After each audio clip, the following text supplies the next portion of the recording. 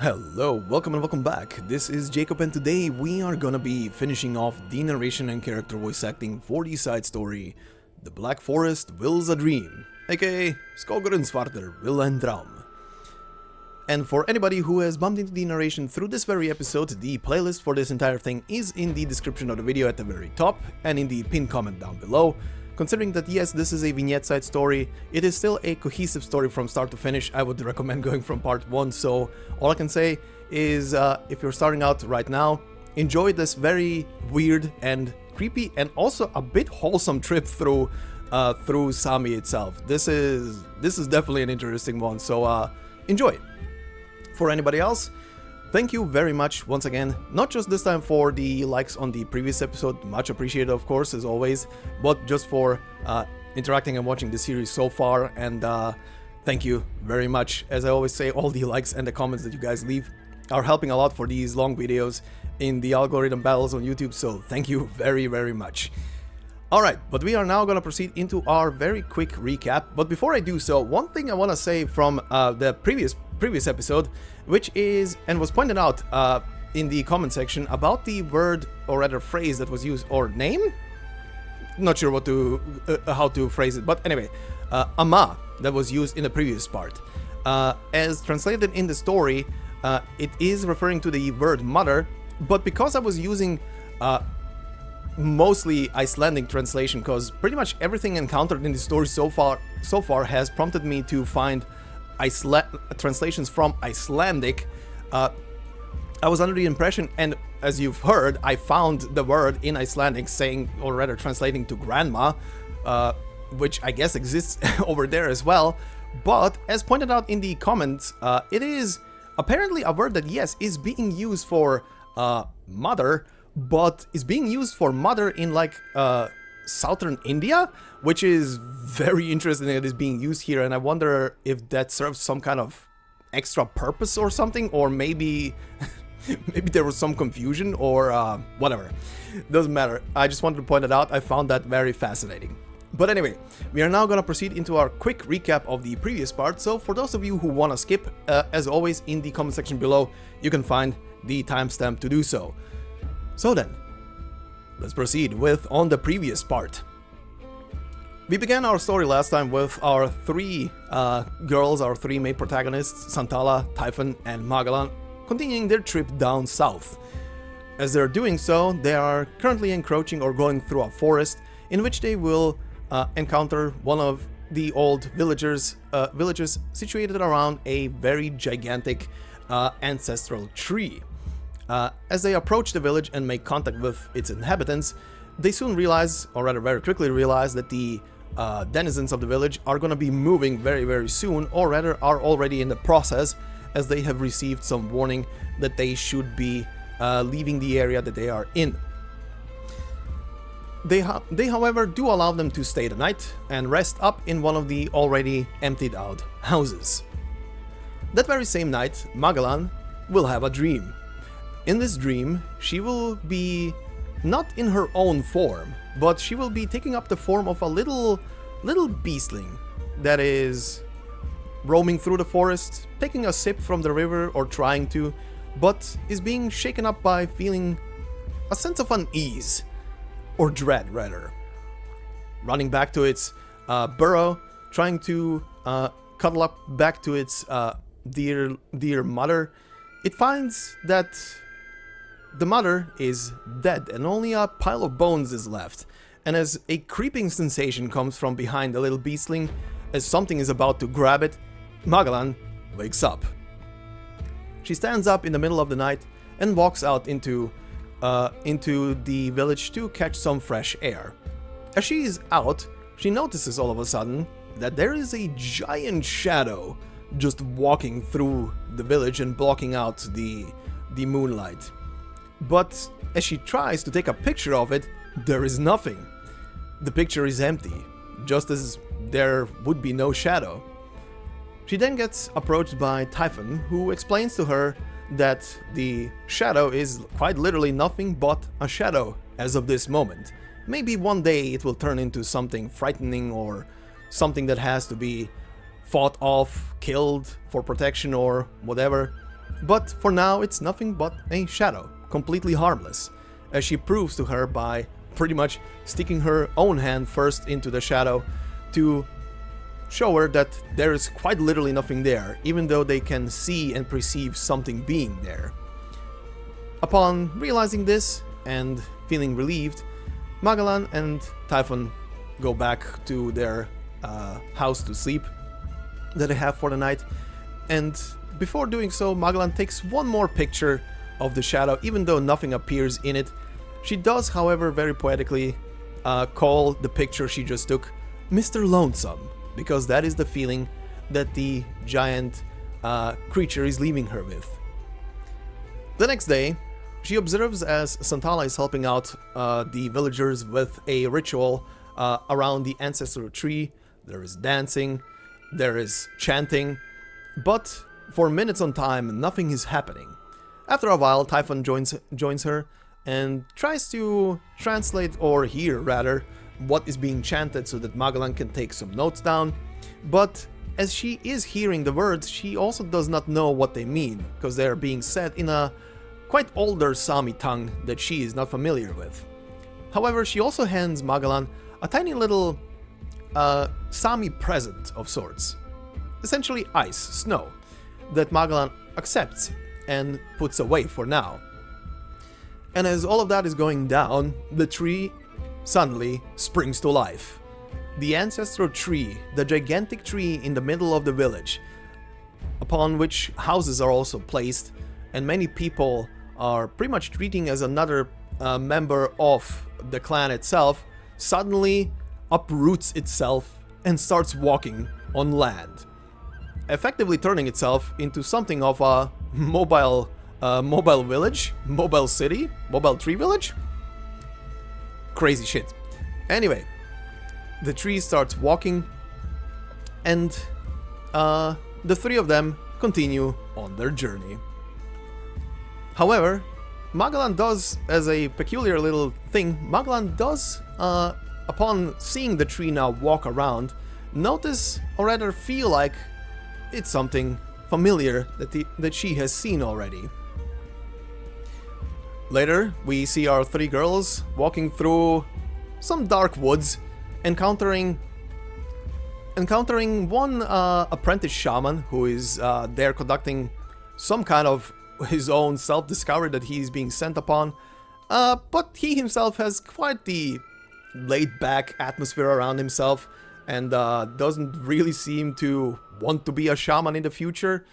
But anyway, he joins up with the three of them after introducing himself as Oak Cup, and the four of them continue on through the forest as he is trying to just help them out, considering that he knows these specific woods. After fighting off some beasts later into the evening, they pitch camp in a hollowed out tree while Santalla sets up some boards with her abilities, and the four of them go to sleep. That night, Magallan has another dream. In this dream, this time around, she's not a little beastling in the woods, but she takes up the form of something very similar to Emperor. And in that dream, she sees a giant, pristine-looking creature, all white and dignified, with closed eyes. Magallan tries to touch it out of curiosity, but decides not to do so, but instead goes to sleep right next to it. And she falls into a second dream. In this second dream, she sees a shadow walking through the woods. Evil can be felt from the shadow, but she has no idea what the shadow itself is. However, the shadow itself approaches something of a frost barrier, which seems to be protecting some denizens that are sleeping nearby. But as the creature, or rather the shadow, is trying to break through the frost barrier, a creature jumps out of the forest, distracting it for a brief moment, and it runs away afterwards. As the shadow was distracted for but a brief moment, it looks back on the frost barrier that has now re-established itself, and it loses interest, and instead goes after the creature that distracted it earlier. Magallan then wakes up from the second dream to be back in the first one. And in the first one, she sees that the pristine creature now that is right next to her starts to melt. After that, she wakes up from that dream and is back, and it's morning. She does notice, however, that the little Sami present that she had with her, the little snow/ice thingy that she had with her, has melted away, pretty much indicating that the little present left by Sami for her has done its job. The talisman has warded off evil. The four of them would then continue their journey, and they would essentially find a injured rockhorn in the middle of the forest. As they notice that the very injured animal is not bleeding the regular red blood as a creature would, but is bleeding black blood as ink. And they immediately know that this creature has been attacked by a demon. And as it is now infested, they need to do something. As they establish very quickly, the creature itself, the rockhorn, cannot be saved anymore or cleansed from the corruption, as it has been too long. So the young shaman apprentice approaches the rockhorn and conducts a small ritual in which he eases its pain and ends its life. He after that stays behind with the little offspring of the rockhorn that just died, and decides to go and find his teacher that essentially sent him into these woods to conduct some kind of soul searching, perhaps, or to find his own purpose, to do something essentially. And the three girls would then continue on their journey down south, and that is pretty much where we left, except that there was a dark shadow shambling through the woods, all while breathing in a very, very familiar tone. And that is where we left off. So then, as said at the beginning, we are going to be finishing off this story today with our final 3 story cards here, and see how it ends. One thing I'm gonna say here very quickly before we begin, however, usually I include stuff like like full files, profiles, and stuff like that. Gitana, for example, is already on the channel if you wanna go and look it up and hear her file, but she's also a 4-star that pretty much everybody has. And yes, she will be part of our very first story here today, and more on that in the ending, or rather outro section of this video. But today, in rather this series, I will not be including any single one of the characters, cause number one, Santalla and Typhon were just released, and to do so I would have to have both of them on 200%. So apologies if I'm not including them, but who knows, maybe in the future, not just with Integrated Strategies 4, but maybe with something else, we will have another story set in Sami, and I can use them then. But for now, this is already gonna be a pretty long episode, so let's begin with our first part here, titled Homecoming.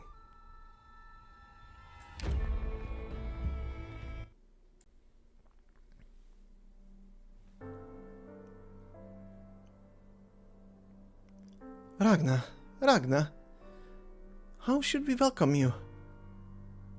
From either the north or the south, you were always the least likely to return of those who left.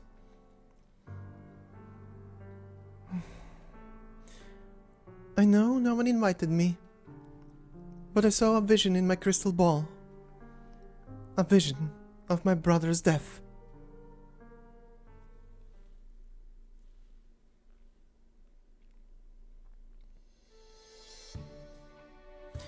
What a beautiful sculpture! Does the little guy in the nutshell really point the way? And this originium crystal, what an unusual color! How do you keep the crystal stable while sculpting? No, wait. Isn't it dangerous to have a piece of originium as a home decoration? Analysis on the originium ice crystal I brought back the last time isn't finished yet, but more importantly, it's so beautiful. Let's see, I think I have a few coins left from my last trip to Ursus. Or do you only accept bartering like the local Sami? I can spare a can of seasoning to trade, but that would mean Simone and Typhon would have to eat bland Sami food with me. We're Sami to begin with. What do you actually want, girl? We'll be on our way if you have nothing to trade. Oh, sorry, was I too loud? I didn't think the Ursus caravans would come all the way up here, bringing so much stuff I've never seen. What did you say you needed, Simone? Simone? You really didn't hear, did you? What? Someone recognized her and asked her for help. Some bodies have been brought back to the tribe, but they don't have a Snowpriest, so they asked Simone to check them instead. Oh, so people died.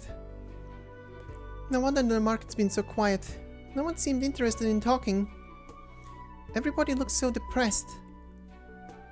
They didn't put up much for sale either. Let's wait for Simone then. She insisted on coming to the market so she can decide. Is that okay, my friends from Ursus?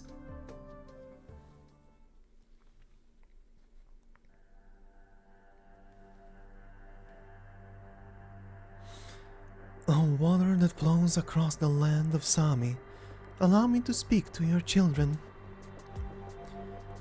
A low humming can be heard from Santalla. Wind. From the lowest branch of the old tree to the torch in front of Grandma Valley's door. O great merciful fate. It is assented. Go ahead, daughter of the Santalla tree. Here are their belongings. I am grateful to earn the trust of a root of frost maple.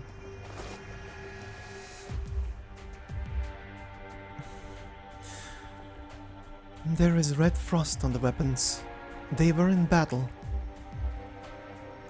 Are these warriors from the Northern Front? Yes, they left the tribe for the Northern lands 7 or 8 years ago. Who could have guessed that the two tribesmen who'd left home the longest, who were the least willing to look back, would come home on the same day? Are you referring to the dead? A brother and sister who had parted ways. Fate has also brought you here today. Perhaps you should hear the story. You must remember the great snowfall that covered half of Mirkwood. Of course. Our clan was affected too. Like the other clans trapped in the blizzard, we prayed for Sami's wisdom and braved the wind and snow to seek messages atop trees, all to learn how we might protect ourselves. But we did not have a snow priest. We prayed and prayed but received nothing but silence. There was no guidance from fate, and our shamans could not determine whether to stay or not, or if we left, to where. That was when those two siblings stepped forward to lead. But their thoughts took them in opposite directions.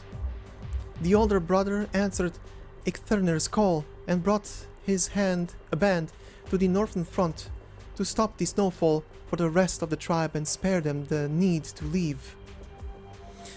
I see. Accepting guidance from a snow priest outside the tribe in desperate circumstances. Meanwhile, the younger sister felt that we could not afford to wait for the snowfall to end. Using her arts to foresee danger, she led the rest of the tribe southwards, eventually settling here. It couldn't have been an easy journey. For either of them. Yes. So we can understand why they hated each other enough to never look back. Huh. My sister and I butted heads for months after I broke one of her horn ornaments. What is a mere 7 or 8 years to their differences? The blessed words carved into the side of his drum are all faded now. I would have redone them for him, if it come back even once over the last few years.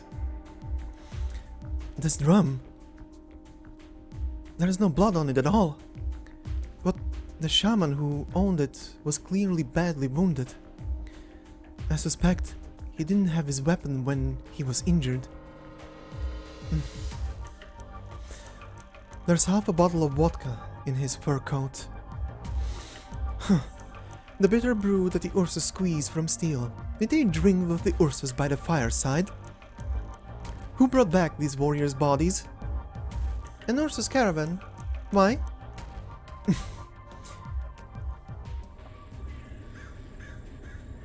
Checking status of Black Mark. The Befoul is about to trade with those upon water. Are they still here? They usually don't stay for long. The path ahead is treacherous when the sun has set. Thank you. I must find them and ask some questions. Wait, will you come back, Santalla? We're in a withering clan. We could use all the help we can get. The ceremony means much to us. It's not just a send-off for the dead, but also a chance for the living to bid farewell to their homeland. The more learned shamans there are, the better protected our people will be. Clan migration. Nearly 100 years later, does the Sami villain once again guide you on a great migration to the south? Yes, this time the Sami villain gazes upon us. We can recognize the signs. Newborns crying all night, dead beasts by ponds. Signs of fear. Has demonic corruption spread all the way from the Icefield to the southern wetlands? Or could the black mark that Ursus placed on Sami be? I have an inkling of these signs you speak of. I promise I'll be back for the ceremony. But I have other matters to attend to for now. The spirits of the dead are watching. The living must bring them peace.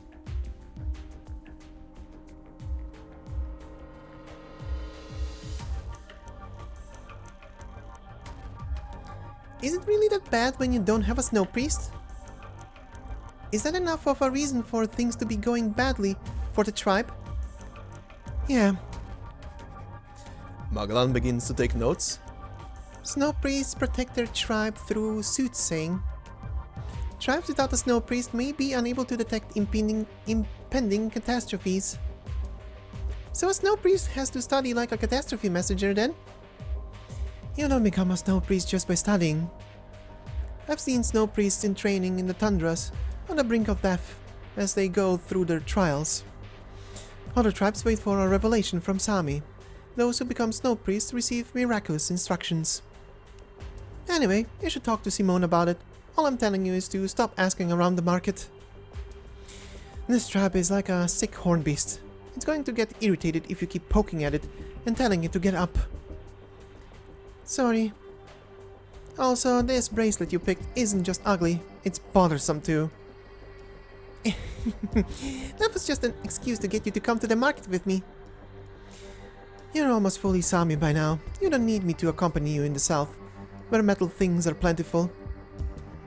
Still, I feel better with you around. I'm not sure why, but I'm getting a bad feeling.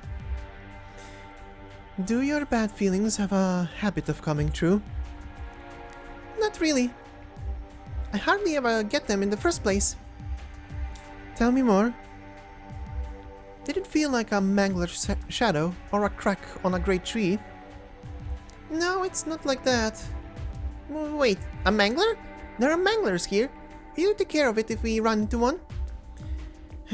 I'll teach you to protect yourself again before we go. What I'm asking is, what form does your bad feeling take? To me at least, you call it a bad feeling precisely because it's vague and ambiguous. It's like, I felt something come close, but failed to notice it. Or like there's something huge just beneath the layer of snow, but I walked right over it. Which Professor Mary says I do a lot, come to think of it.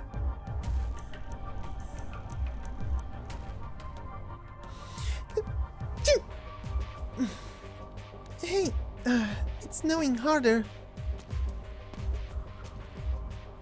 Oh, there you are, Simone. Have you seen an Ursus caravan? Yeah, they gave me an empty flagon while saying stuff like His Majesty and the Border Patrol won't like it. Here. I was waiting for you to get back to see if you needed to trade with them for anything, but they were in a hurry.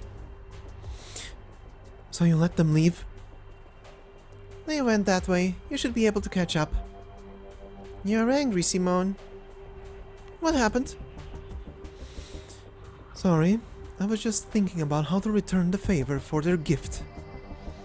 Magallan, Typhon, the two of you head towards Chapat with the rest of the tribe, and be careful along the way. If there's a problem, don't try to deal with it. Just run. Your lives come first. Same to you, Simone. You needn't worry about me. I'll catch up with you soon. I promise to attend the funeral of these warriors.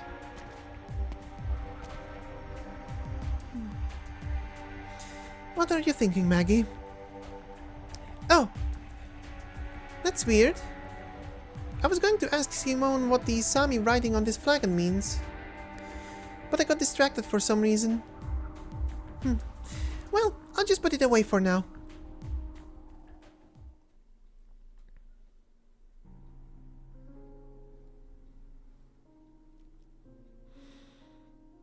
They came back, Ragna.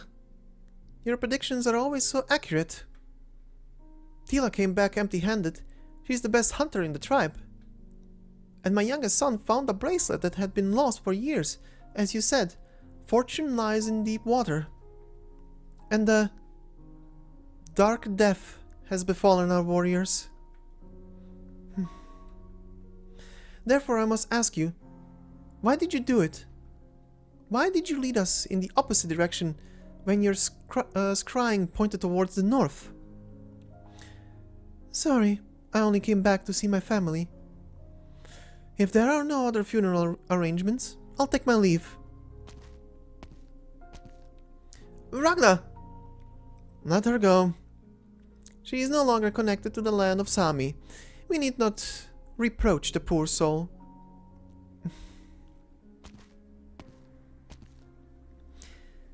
How was it, Gitano? They still don't like you? I predicted as much. Well, at least you ran into an old friend on the way. That's pretty lucky too.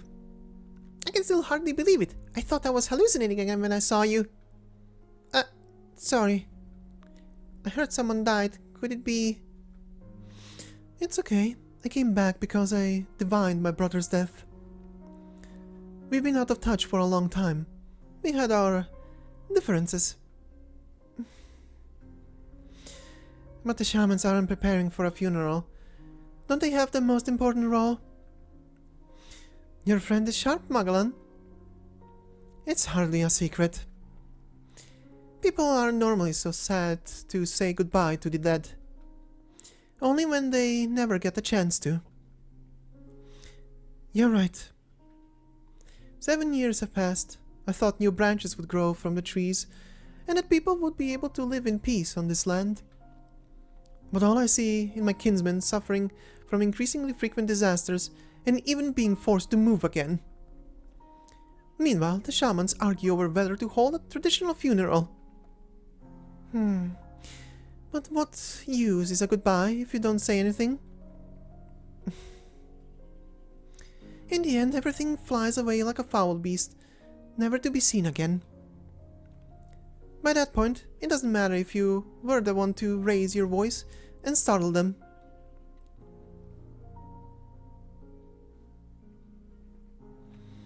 I never agreed to not hold a funeral. Please don't bring that up again.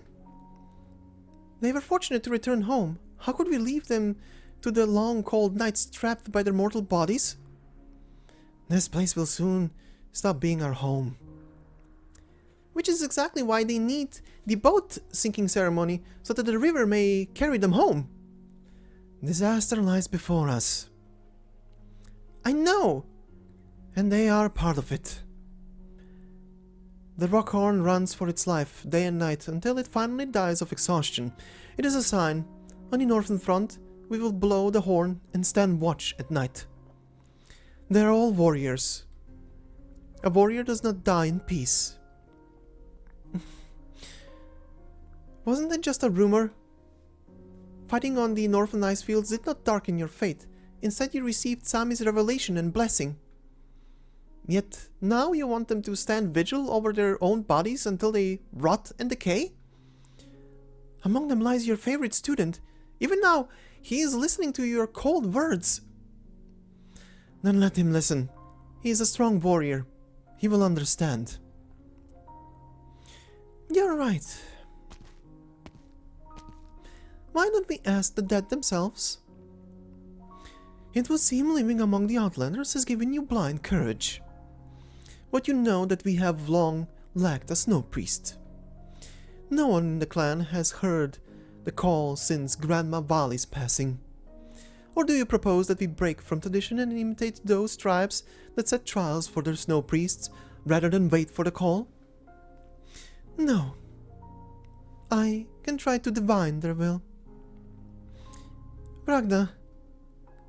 Yes, I'm asking you to entrust it to fate. I won't take any questions. Just think of me as someone who goes back on her word. Then I won't stop you from trying. Very well. If the clan tree raises its branches and lets you still sail through, I won't stop you. We await the answer of the dead.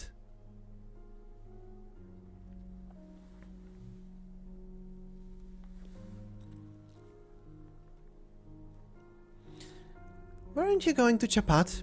I thought you Southerners were always in such a hurry. Like when your tourists come to visit their vehicles, just drop them off somewhere empty, they all stand around a while, and then the vehicle takes them away again. You're right, I am concerned about Professor Mary. But my best bet for now is to gather as much information about Sami as possible, to make things smoother for the rescue team. Plus, I want to spend more time with Gitano. At Rhode Island, they always say that nothing can rattle her except losing at cards. So I never thought I'd see her looking so gloomy. What about you, Typhon? Isn't your clan down south in Chapat getting impatient? No idea. Huh? I don't actually know who the clan waiting for me there is or what they want me to do.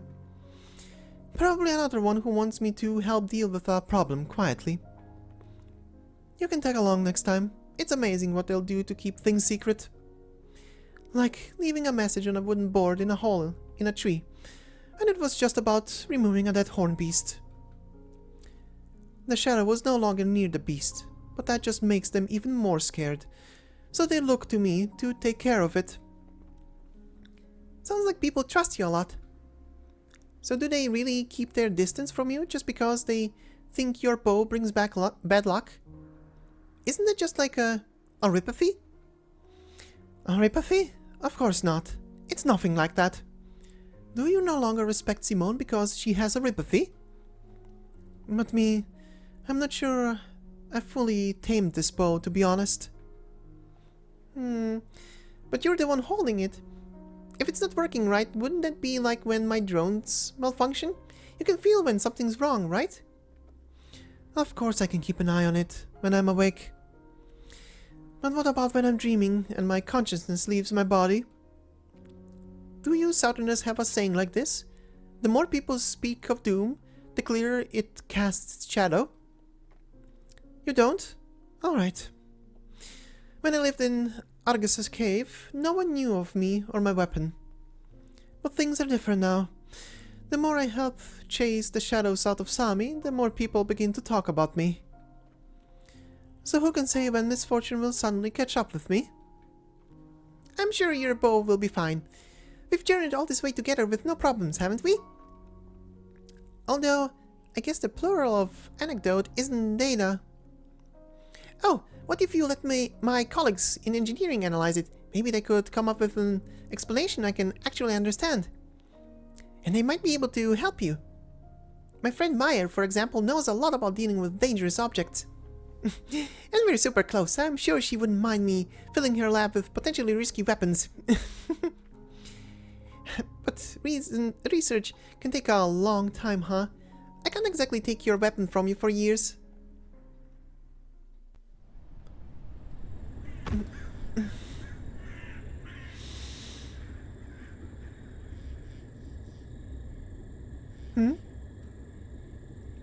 Thank you.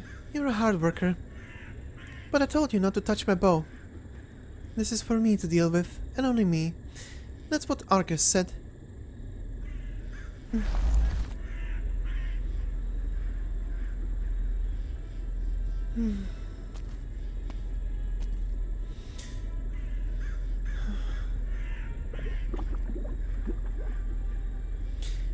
What are you doing, Magallan? Huh? Let go! Magallan lets go without even thinking about it. The splash brings her back to her senses, and she stares at the ripple on the surface of the water. What did I just throw in there? The flagon the Ursus trader gave you. You were scooping up muddy water from the marsh with it. I taught you to filter mud and sand with clothes, but I don't think you forgot. You didn't look right. Oh, you're right. I somehow got distracted again. I need to get it back. It was a gift.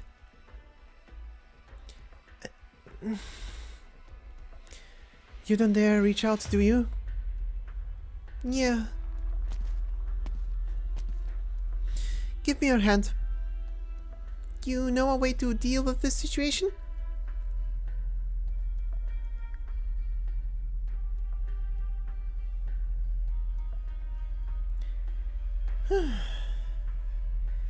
I feel calmer now. That was amazing. We just saw a vine around my finger. Oh, you have one around yours too. Yeah. But you shouldn't try to get it back. Remember what Simone said? Be careful. Alright. Strange. That was a defense meant specifically for demons. Could Simone's warning have met...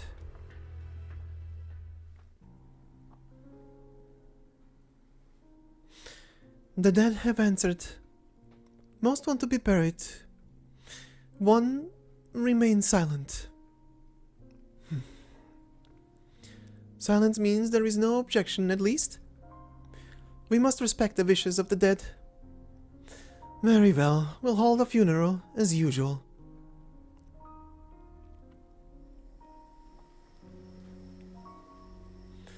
Be careful when you get on the boat, Magallan.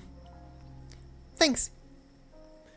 This is how the wetland tribes do it. The boats are launched once night falls. The river carries them to their final resting place, where they will sink into the water along with the boats. Only then can the dead be freed from the shackles of the flesh to walk free amongst the trees and travel with the flowing water to find their bloodline. However, this funeral is also our farewell to our homeland, which is why we will also bring our belongings and travel along with the dead. These boats will carry the dead home and the living away from it. Can Typhon and I come with you? We're not part of your family or tribe or anything. Of course you can. In fact, I'd appreciate it if you did. I've long known that I'm just a lone wanderer far from Sami. Still, it's painful to have to ride in a boat by myself while saying goodbye to my last bloodkin. At least being able to hold a funeral will comfort the tribe. Both the living and the dead. What is it, Typhon? Need a hand? No. It's just that your hand is so cold, Gitano. Like you've been standing in the freezing wind for a long time, and the best you could do was rub your hands together. There's something I've been meaning to ask you. What did the dead tell you? Or rather, what was the silence in your divination?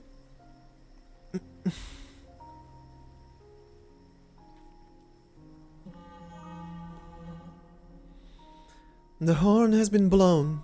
Don't look back. Fate has instructed us to move forward. What was left behind will eventually return to us. Row. There is no more talk. The shaman's song can be heard from the head of the fleet. The dead follow their ancestors, as their names are read one by one. A breeze rings a string of bells on the boat carrying the bodies. The ceremony has begun. The fleet will not turn back. I'm sorry. The fourth time, I still saw the ceremony. The fifth time, I asked Vazal.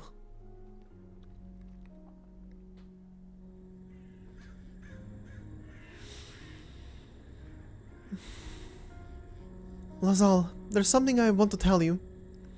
Or maybe it's something I wanted to hear you tell me. The road away from that blizzard was long. The river never thawed. I lived away from Sami, sailing with a boat of iron.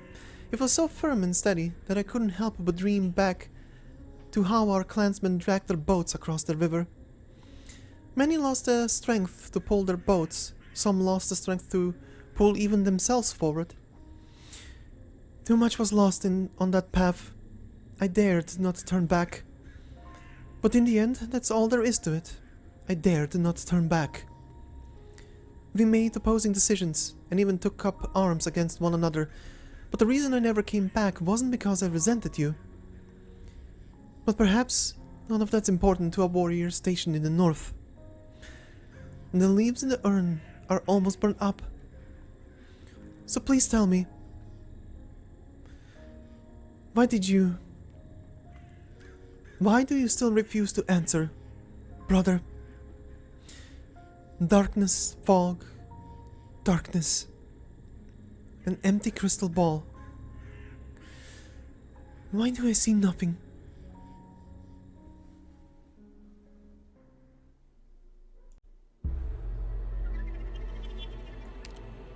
And we shall now continue on into our next little card, titled One Day.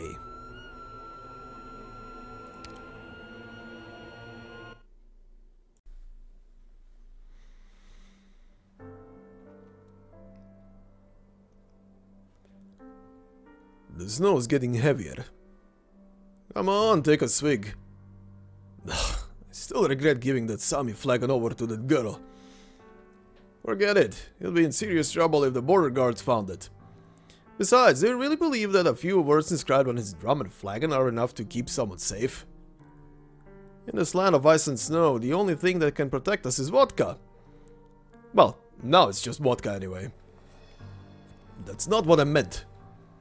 It's just that, the night before the incident, we were all still sitting together and chatting. Yeah, I remember, the two of you had little sisters who are about the same age. And he never got a chance to make up with her. So just think of it as me feeling sorry for him. I know what it's like. People who've been fighting for so long have so much blood on their hands that they can never go home. But in the end, even after telling us all those stories about his family's squabbles, he never told us who they were fighting. They gave their lives to save us, but we never even found out what happened. I should have kept his flagon. Honestly, I don't know how else to honor the memory of those mysterious Sami, other than with something I can touch. Huh, maybe I'm just being too sentimental over a bunch of Sami savages. Do you still remember what they said when we were chatting that night? That the Sami don't believe that death is the end? Like, say you think it's a completely windless night, but something still gets blown over. They'd call that the souls of the dead passing by. Not stupid if you ask me. Which? Me or the Sami superstition? Both. Alright, time to call the others and get ready to do some business. The next tribe shouldn't be too far from here. I saw someone in the snow.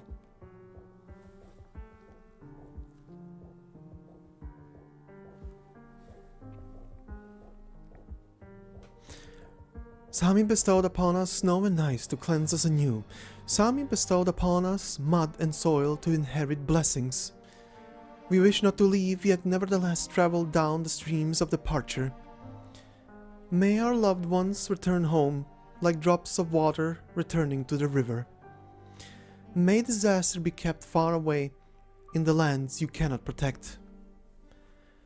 The Sami Alafias lower their lanterns, bend down to scoop up handfuls of water, and sing along with the shaman in low voices. As the ship of the dead slowly sinks one by one, the oil candles are extinguished.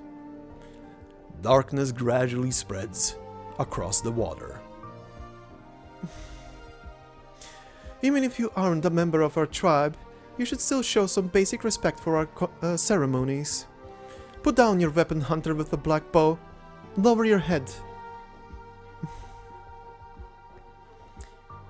Look at that hunter over there. You've seen people like her in the northern Icefield, right? Do you think she'll darken our fates? The more people speak of doom, the clearer it casts its shadow. So I will not speak of it. Someone else will. Icthurner will. But we are absolutely not among those who have the power to speak freely in this land. This is your final warning, hunter. Or else we'll be forced to take up arms. Wait, hold on. She's just standing guard. Typhon, can't you explain? I'm sure they'll understand. Shh. I feel it moving. Out of the way. Now. Everyone, leave this place.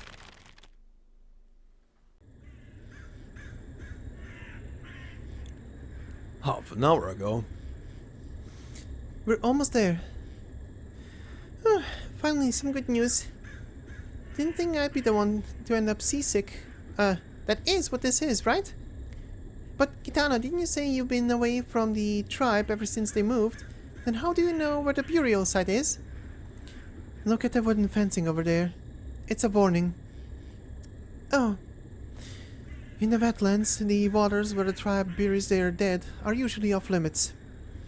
The fencing serves not only to warn those who are awake, but more importantly, to remind those who are sleeping. Because everyone meets their departed friends and relatives in their dreams. If they aren't careful, it's very easy to wander into these places. I see. Fascinating. I'll have to note this one down too. She begins taking notes. Be careful when dreaming. Does that mean I'll get in trouble again if I want to do some research on these waters? What do you have in mind? It's this here, a beacon. I want to set it up underwater so I can collect some data. You said before that this thing can track a location? Yep. Okay, give it to me. Kitano, can we stop right before that fencing? I'm also getting the sense that something isn't quite right. Go ahead. Don't worry, I already foresaw your safety before we left at dusk. Huh? Did I ever ask you to read my fortune? All I remember is eating way too much food for lunch and ending up in a food coma right up until we boarded the ship. Nobody forced you to eat all of that in one go. There were narcoleptic mushrooms in the soup. We often add a few when people are feeling anxious or uneasy. It sure was tasty. Anyway, thanks, Kitano. But it's true that we never asked her for anything. Not that it matters. So how do we set up this beacon? Just toss it into the water and it'll handle the rest automatically. Toss it? With how much force? No force. Just let go of it and have it sink on its own.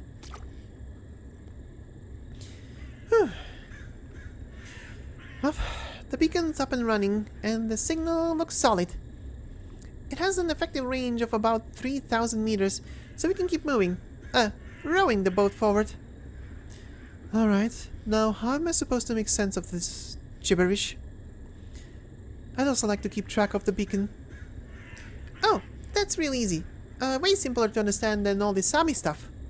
Look, over here we have the most basic data. Relative coordinates of the beacon's location, water depth, flow speed. But I'm sure you can figure out all that on your own, just from experience. In other words, it's continuously moving around underwater.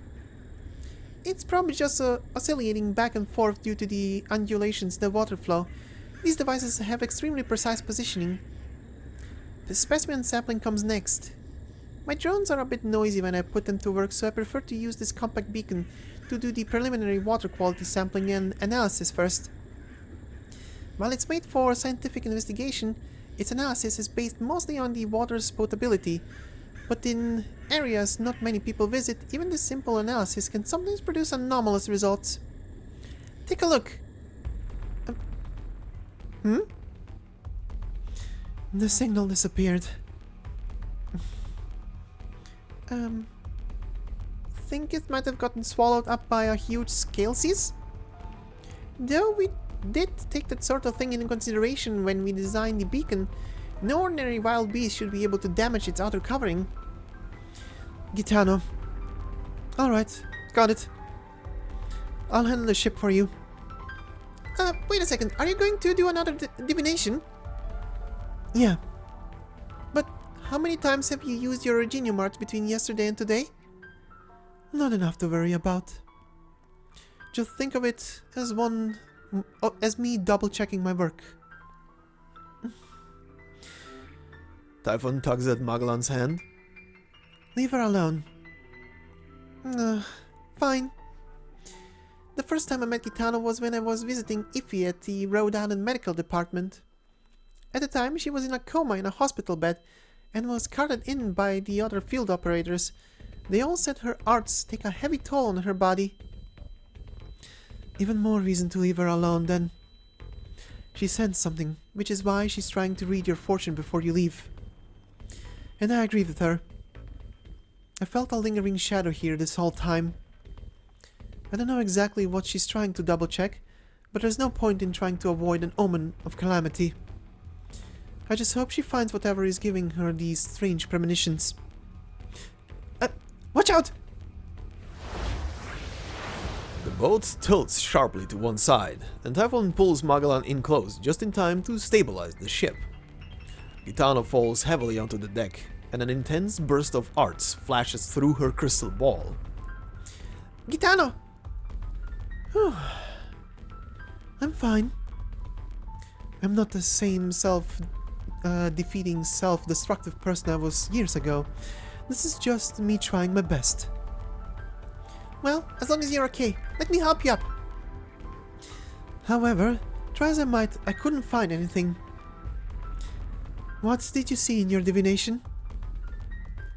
Fate. The fates of the deceased. But my divination has little in common with Sami's prophecies. It's merely a special kind of arts. It cannot touch those who have passed. Their fates are pitch black, nothing more. Is that the same for everyone? No, there is one who hasn't responded to me.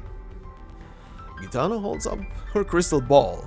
There is nothing inside it, save for the candlelight reflected from the fleet ahead. He remains silent. That is no fault of the diviners. We need to hurry and make our way to the front of the fleet.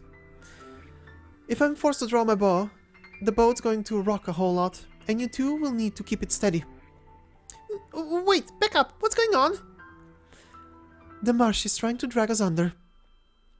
None are safe, living or dead.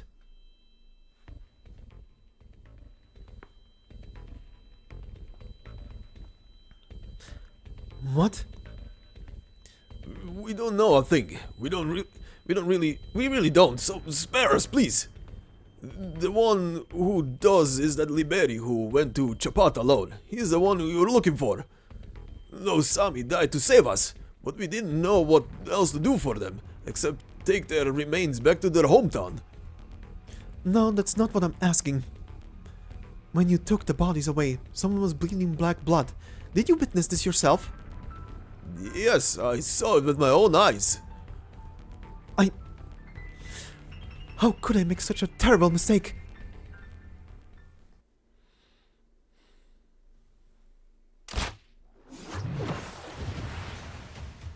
The ship of the dead. What are you doing? Using the waves to keep it from sinking any further. You Turn the boat around now. This funeral can no longer continue. I will protect you from the rear. Let's go. Are you sympathizing with the outsider too? Maybe she's right, or maybe she's finally lost her mind to the Black Bow. Either way, she poses just as much danger. Warriors, protect the fleet from front to back. Stay vigilant. Don't panic. Trust that Sami will protect our inner peace. Trust that Calamity will never take it from us. The same goes for you two, Magallan and Gitano. Hurry up. Wait, Typhon, I'd like an explanation. I need an answer. Is it the same as what I saw? Too many soldiers from the north are buried here. Their contamination has accumulated day by day, until it all melded together. And this time, the disaster might have taken some of the dead. I understand. My arts are supporting the ship of the dead, preventing it from sinking, but that doesn't solve the issue. So don't look back. But anything we can do to help? My drone has a combat module. If there's going to be fighting, I can help out. No. The dark swamp surges up, and the disaster merges into solid entities that leap towards Typhon from the black waves. For over a decade, she has seen the same dream again and again. A pitch black dream. The Sami say that while asleep, people can free themselves from the shackles of their corporeal forms and meet both the living and the dead. Typhon has always known that if she could strip away the darkness covering her eyes, she could turn back and take one last look at her mother and father. Yet, she has never seen anything, because a hunter only keeps her eyes on her prey. Don't look back. That's all. Stay behind them and keep rowing the ship. I'll handle the rest. Her bowstring is fully drawn. Ancient arts converge into a single shaft. She takes aim. The threats on the ice field are numerous. Extreme cold, waves of snow, voracious beasts, demons, and in the stories of certain tribes, herself. Typhon takes this for granted. She carries a contaminated black bow on her back. She was engulfed by the shadows and escaped from them. In the eyes of others, she walks closest to disaster. Naturally then, she should be the one to stand between those people and disaster. Looks like I got the drop on you again. Now, depart from the lands of the Sami. I'll pin you down!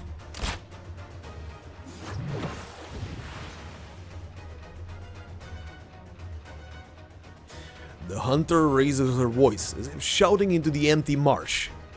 The bowstring vibrates, and the arrow hurtles towards the water's depths. Whoa! The boat's rocking like crazy. What just happened? Did something fall into the water? Whoa, it got cold all of a sudden. The hunter's cry receives an answer from the water's surface. It is a soft murmur in the Sami tongue. Water withered, hard ice becomes. From the water's depths, it spreads out with the ripples of the falling arrow. In the blink of an eye, the swamp is engulfed in freezing cold. All is calm, save for the constant crashing sounds from beneath the ice. Thank goodness I made it in time. Thanks, Simone. Did you hear my footsteps? Wherever you go, the snow follows. The wind told me this. Also, you said you'd attend the funeral. You guys really do trust me. Naturally, I have a good eye, both for the weather and for people. Simone's here? We're saved! Looks like everyone's quieting down. Does it mean our predicament is resolved? Not yet. No. What are they? What are those things? I told you not to look back. They are shadows left behind by contaminated corpses. No, don't come any closer. Those warriors buried beneath the water. Aren't they supposed to be sealed under the ice? Should they be resting in peace? The marsh, why hasn't it calmed down yet? Close your eyes. Magallan, hold her in hand. Give her a touch of reality, just like you always do. Then steer the ship away. Okay. Gitano, do you feel any better now? She's calming down. Just like that, Gitano. Listen to me. It's normal to feel fear, but if you continue like this, you will be transformed too. We can seal the bodies, but we cannot seal the shadows that seep from them. So don't blame yourself, and don't force yourself to see things through to the end. Your brother isn't at fault for this disaster, and you certainly aren't either. The disaster simply found us, or perhaps we found it. Which is why it awakened.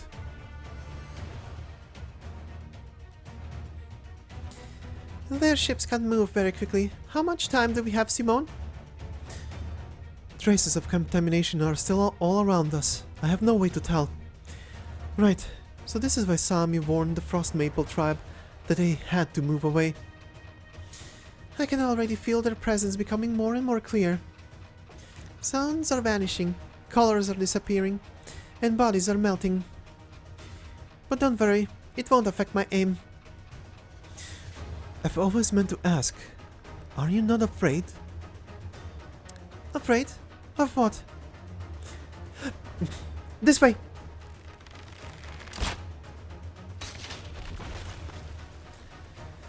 Good. That's it, Simone. Direct your arts where my arrows fly. I've pinned down one corner of the shadows.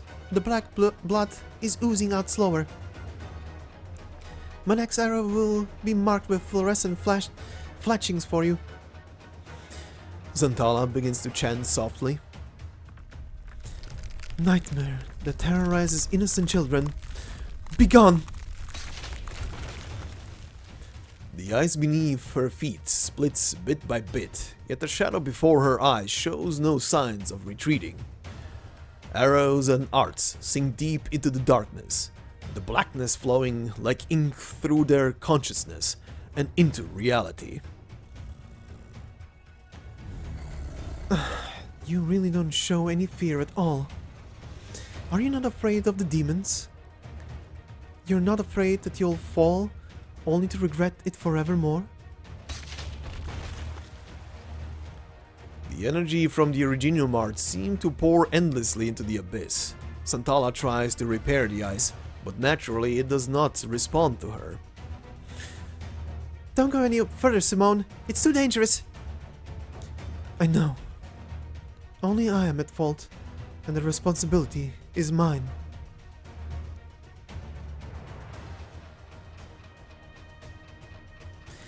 Huh? A premonition, a moment of inspiration. A chill rises from the deep within her bones, like a gust of wind from a place where no wind blows.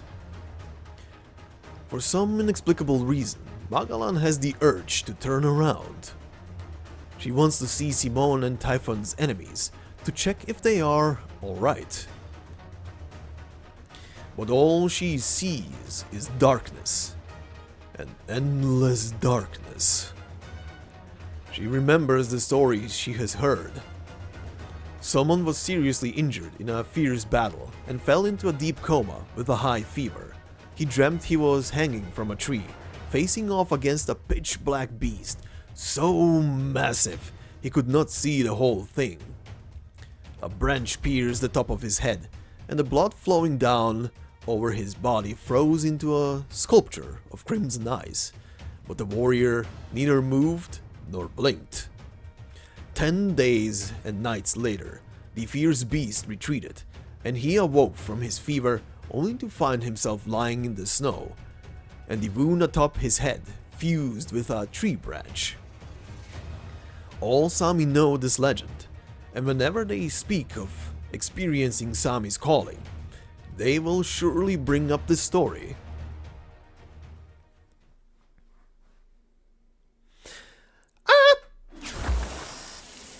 The endless darkness is suddenly torn to shreds by brambles.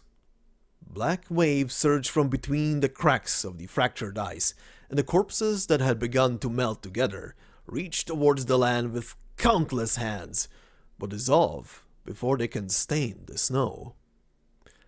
Purifying arts penetrate the fog and shadow, and an entire army of Northern warriors emerge from beyond the fencing. They stand in formation, waiting with weapons in hand. Only one of them crosses the fence to approach.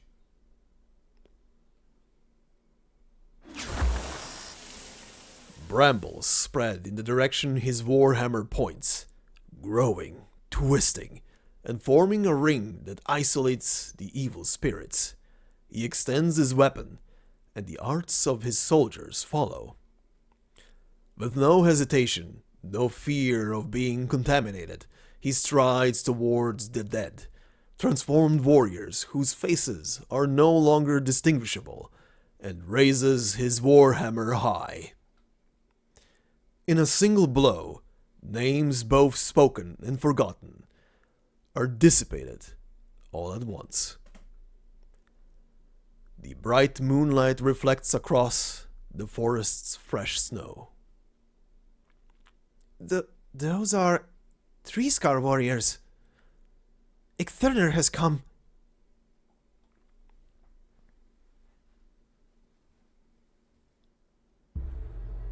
Thank you. You saved our lives.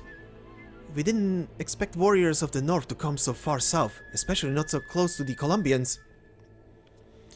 Einn came here to rescue the Sami who had moved south. He just happened to arrive sooner because he received a request for help. I thought that rumor was false. Unfortunately, all the rumors about him are true. Only a few tribes like Snowpriests, so you may recall that it has been more than a decade since anyone in our tribe has been touched by Sami's calling. When I first returned to my tribe from the north, it was precisely because we were unable to actively predict catastrophes or anticipate the disaster. Facing crises from every direction, we had no choice but to retain more soldiers. Now even survival is difficult for us. Continuing to head south, perhaps even leaving Sami lands, is but a desperate measure. Einn, it is not for a lack of love for this land that we leave, but rather a matter of necessity. You harbor resentment in your heart. How could I ever resent the very Sami that has given us everything? You cannot change my mind. We cannot back down. You have already experienced the demons, the predations of nature. Living and dead alike are seized all the same. Fate has thrust them upon the Sami, and we must face them and endure. You said the same during the snowstorm back then. Do not retreat, do not move. We will stop the snowstorm and block the disaster north of the Fjall Vetraton. After the November hunt, the snowstorm did indeed stop. The line of black snow never crossed the other side of the mountain. Then you understand why there is no need for any Sami yachts to flee. You merely speak for your tribe, as well as those who are anxious because they cannot receive Sami's revelation. But what we advocate for is sweeping away the layer of fog completely. No, Einn, what you're doing flies in the face of everything we've experienced in Sami, passed down from generation to generation. We all know why only the most elite warriors travel to the northern lands. When we become aware of the demon's traces, we become conduits for them. We fear, and as such, our weak hearts become their seedbeds. The more who are aware of this evil, the harder the next battle becomes. Nobody is above fear, but anyone can conquer it. That takes thousands of battles. Indeed, it takes thousands of battles. The mountains will once again become an indomitable line of defense, just as they were many years ago, before fear penetrated the hearts of the Sami. We will never leave, and the Sami will never die out. No matter how many generations we must stand guard, it will be the disaster itself that dies first.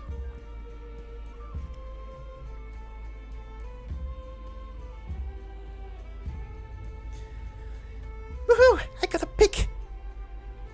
Of Einn? What makes him photo-worthy? He's the most authoritative warrior of the North, in the hearts of the Sami. That'll be very important to know in the future research expeditions. Although, he doesn't seem like the most easygoing guy. But you never know, maybe someone will come along who really wants to partner with him. Besides, what he just said to the other Sami should be recorded. What the Silent Mountain warriors know about the Icefield, as well as how they combat the disaster, are all valuable data. And what was that word they used for the disaster? Unskotarnir. It means enemy. I feel like I've heard it before somewhere. Let me write it down for now. So basically, for the Sami, only the disaster from the Icefield are considered enemies? If only we just could listen in, I would have to go through all of this trouble of sending in a drone up close. Luckily, you taught me some tricks about camouflaging yourself so you don't alert your prey.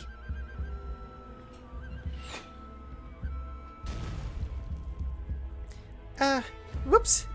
It got shut down. But it should still be salvageable.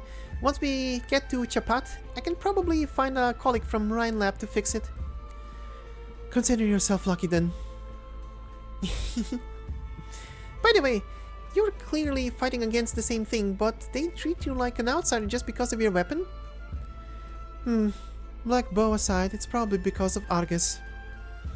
A lot of people see her as a mad woman, as they are quite familiar with the Cyclops who live in seclusion in the Fjall Veterton.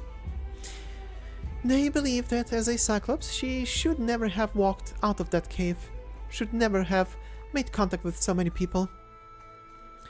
Typhon speaking in Sami. One who foresees fate will easily twist the fates of others. Magallan in Sami. One who foresees fate... In their eyes, I am someone who's had her fate twisted, like branches that have been artificially grafted together. Trees like that will not grow properly. But you seem perfectly fine to me. I think so too. Oh, Simone! Please, let me check if you two are okay. This bird brain over here seems fine enough. She just won't stop bouncing around. Do you disagree? You act as if nothing happened. Well, I guess that's true. Oh, right. Simone. What is it? I didn't have time to answer your question earlier. I'll do it now. I am scared. But when I'm not on the hunt, when I'm on the hunt, I have other things to think about. Where to aim, the speed of the wind, deducing where my prey will be. When my head is full of those things, I have no time to be scared. I know that I must overcome again and again. My resolve will never be shaken. But just now, when the ice shattered, if I'd been the one to fall though, then that too would be fate's plan.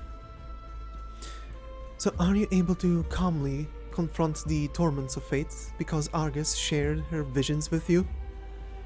No, she's never spoken of them. That makes me feel better then. The tragic prophecies of a Cyclops should not befall a child like you. Where's Gitano? She left by herself. I don't know where she plans to go, but she said she'll send word to Rhode Island once she's made up her mind. How unfortunate. There was something I wanted to tell her earlier. But she should already understand by now. Oh, right. Even though I don't exactly know what's going on, I need to thank you all for resolving the crises. Gitano too. Wait, what did she do? She was already exhausted by her arts, and given the terror caused by the disaster, she wouldn't have been able to do anything rash. Oh, she sent a request for help to the nearby tribes yesterday. Just earlier, she told me something in secret, that she felt a vague sense of worry and guilt, so she wanted to ask for help. Oh, hello there, Mr. Snowpriest. Thank you and the other 3-scar warriors for helping us today. You're all lifesavers.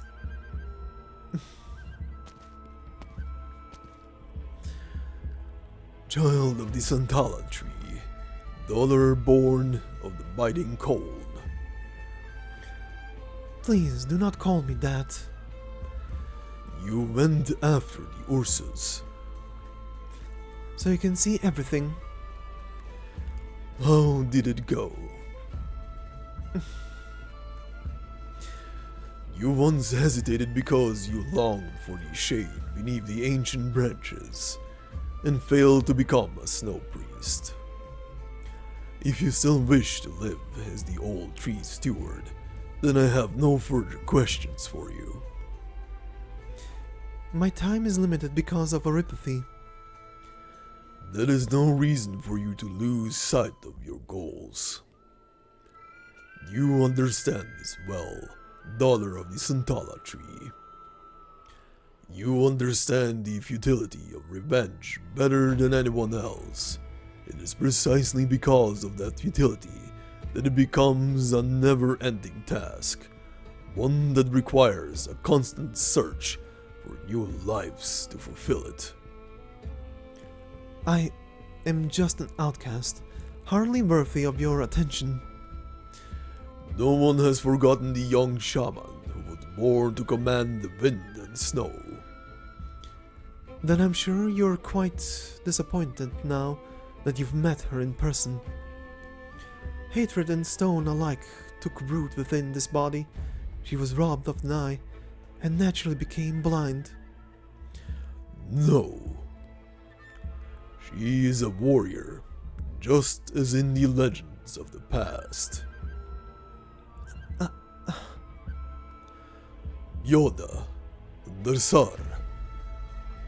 The will of the Allfather has warned us. All that you see serves a warning.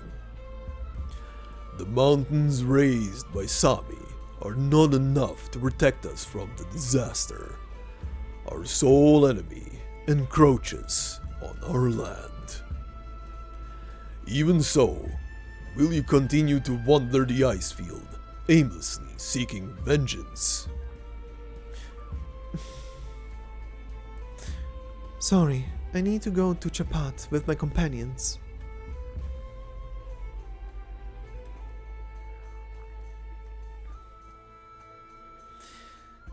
Nobody's left. One more snowstorm and these fragile houses will disappear. I only had time to see the ruin end. Is this fate showing mercy or cruelty? Brother, I now know what you saw when you turned back. The wandering Alafia sits at the water's edge. She leans down, wanting to cup the water to her face to wash away the dirty melted snow. When she approaches the surface, shadows block the shimmering light, and she suddenly sees a white flagon at the bottom of the water. She recognizes the aged flagon, as well as the prayer inscribed on it. Bestow upon the Mirkwood's sacred purity, O travelers, retrieve your innocent sight, those eyes that discern fate. Bestow upon my home a lasting tranquility. My people, the dreamland is silent as falling snow.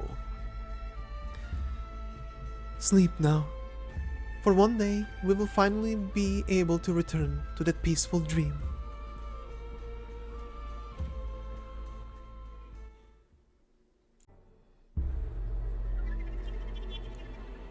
And now, let us finish off our story with our final little story card here, titled Vision Unseen.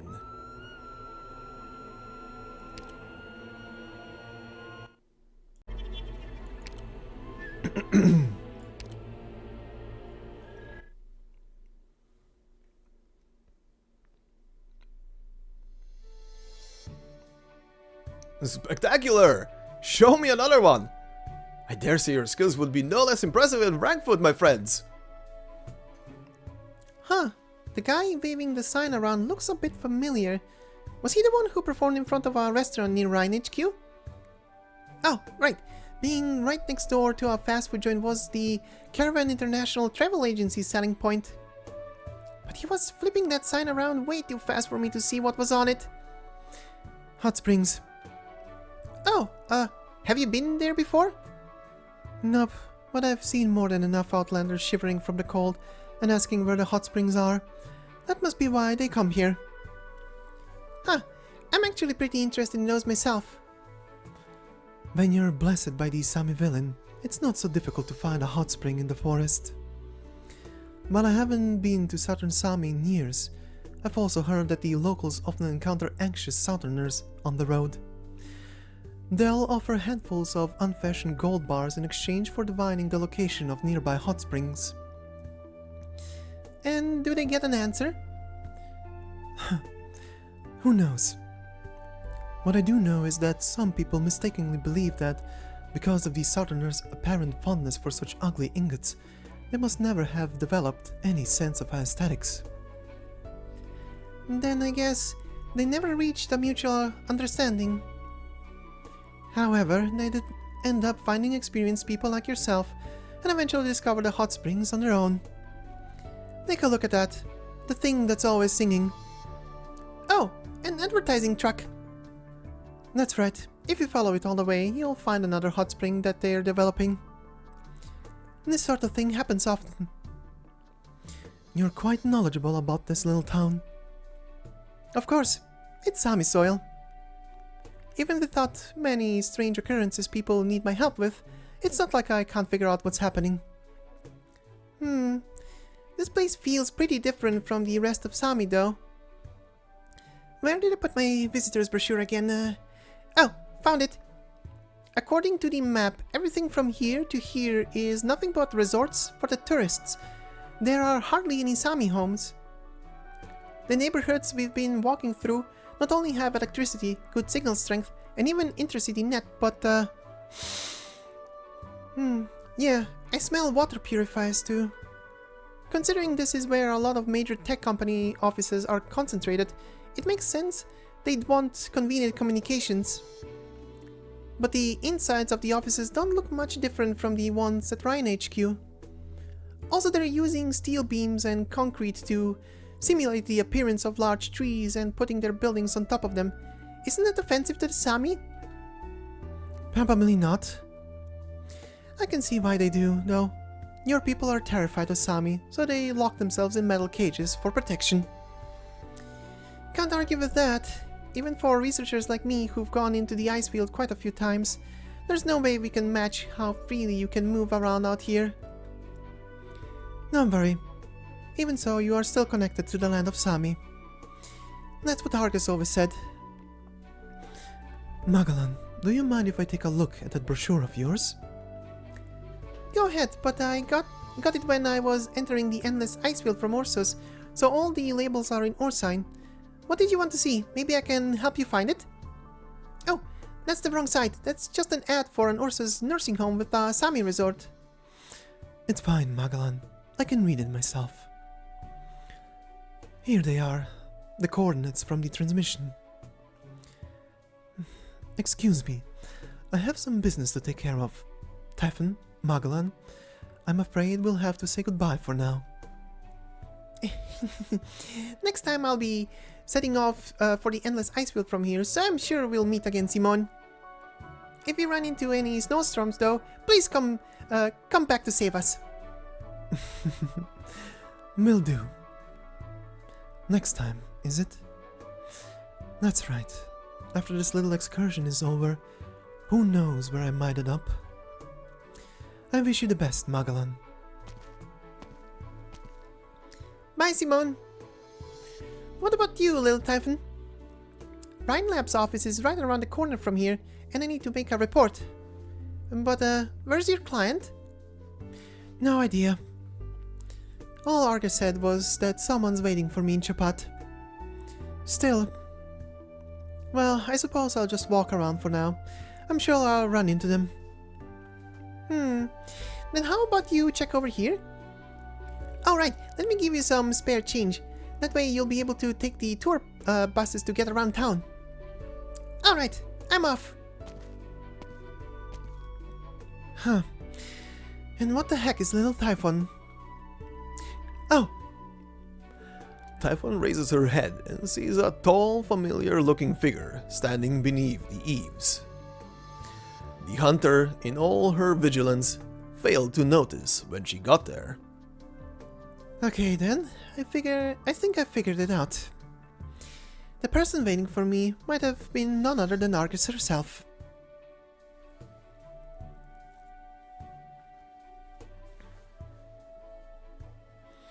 Look who it is! If it isn't our little Maggie!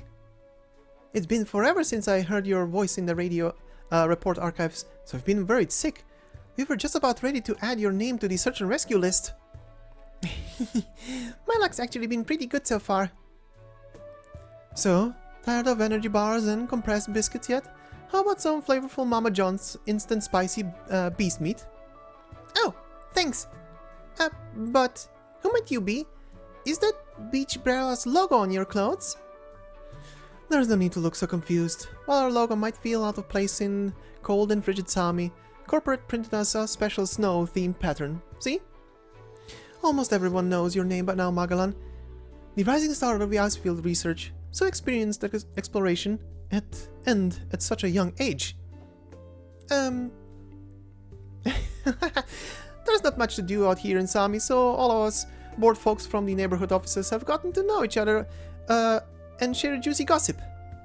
Besides, several large companies with lots of employees registered with the Exploration Society will be getting together to conduct the search and rescue operation of Director Mariam and his expedition team. You came back at just the right time. Now that we've prepared both the manpower and the resources, all that's left is the first-hand data you've brought back. For whatever reason, I've got a really good feeling about this mission. I can't even picture the director getting himself killed. He's so stubborn he might as well be some kind of immortal monster himself. According to his files and medical reports, he's always just been a regular Kuranta. But I also have faith he's still out there, because I heard his voice when I was having auditory hallucinations along the way. Hallucinations? Yeah, it's a long story.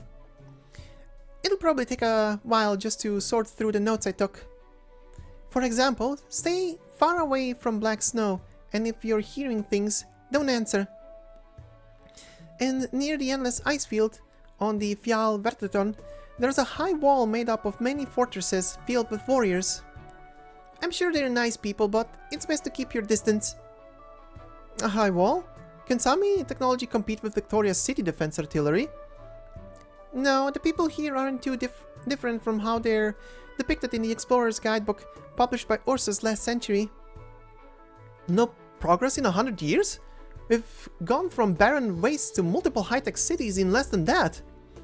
No wonder my colleagues in the business section always complain about how difficult it was to set up an office here and how hard it is to communicate with the Sami. But if the locals can overcome the difficult environment with only their own methods, then it should be a piece of cake for us. I wouldn't be so sure of that. I've encountered plenty of situations where I was in over my head. I wouldn't have made it without my friends from Rhode Island. Oh, and there was also a particularly nice hunter I met near the ice field. She was incredible, you know? She knew all of Sami like her own backyard and was always glad to help. Both of them had so many survival skills, I've never seen before, and they saved my hide more than once. Anyway, if you still have enough supplies left over for the search and rescue operation, I'd like to apply to join the team. I got a ton of information during this trip through Sami, and might not be able to sift through all of it in such a short notice. Typhon? Good, you're still here. A short while ago. Please, do not doubt me, Typhon. I saw only a glimpse of fate. Only that you came to this little town and gave away a casket. At the time, I did not know where you got it from, what was inside it, or who was meant to receive it. Yeah, I'm used to that by now. So you went and found it yourself, right? After sending you off, I also embarked on a journey to fulfill my destiny and to await its guidance. You smell like snow dripping from the fir trees. You've come a long way. You crossed the Icefield. You went, to places I've never been to before. Typhon, in sarcasm. Surrender all to fate. Surrender all to fate. It's great that you're the one to finally fulfill the prophecy. Oh, right, so where did you happen to get this little box?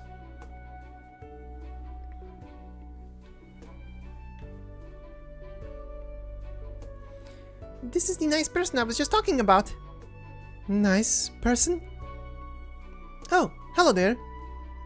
I've heard you're quite familiar with Sami, and we happen to be putting together a search and rescue team to enter the Icefield through Sami and locate missing Rhine Lab members. Do you think you could be persuaded to be our guide? We'll pay you handsomely. I decline. If you need a guide, you'd better find someone else. I'm a hunter, and I have more important work. Here, take this, Magallan. Huh? Argus wanted me to give it to you. It belongs to Rhine Lab. To us? You're right, this is our logo. ID verification log, employee number. This is an equipment box from the scientific investigation section. Judging from its size, it should be a general purpose lockbox used for storing sensitive components. And the serial number belongs to Director Mariam. Wait, Typhon, Argus met with the research team? Do you know the one this box belongs to? It's with teachers, the leader of the missing research team. In other words, Argus worked together with the missing team. Huh? Oh, wait, if she was a first-hand witness and never cooperated with Rhine Lab, then why hasn't she come to see us in person? Because that is the vision she saw. Vision? Is she one of the legendary Cyclops? Are there really living Cyclops in Sami? I have to meet her. Does she speak any modern languages? Do we need some kind of ritual to summon her? I don't think she's all that different from us. She's pretty fond of Colombian geographical magazines. But I'd like to speak with her face to face too. Is there no way? She might just feel that this isn't the fated time yet. Okay, but what happened to the others then? I'm sure you can already guess the answer. All Argus told me was that she entered the Icefield with the expedition team. So the extra supplies Professor Mari took from the scientific investigation station weren't just for emergency use, but for her. Cyclops can see the future, and she tried her best to help the team avoid danger. But the tragic end was inevitable. Well, that's her way of saying she did the best she could. After encountering the demons, only she and the box's owner survived.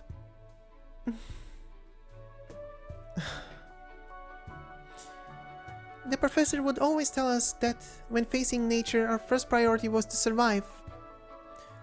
We've never had such a huge loss of life since the formation of scientific investigation, and he must be even more devastated than us. So this is the endless Icefield. Typhon, Did the survivor return with Argus? Typhon just shakes her head. He continued to advance deeper in, alone. I knew it. That sure sounds like Director Mariam. Also, I have some words to pass on. First, Argus wanted me to apologize to you. Second, the person who gave her the box said, the journey of discovery must never end. I wonder what's inside the box.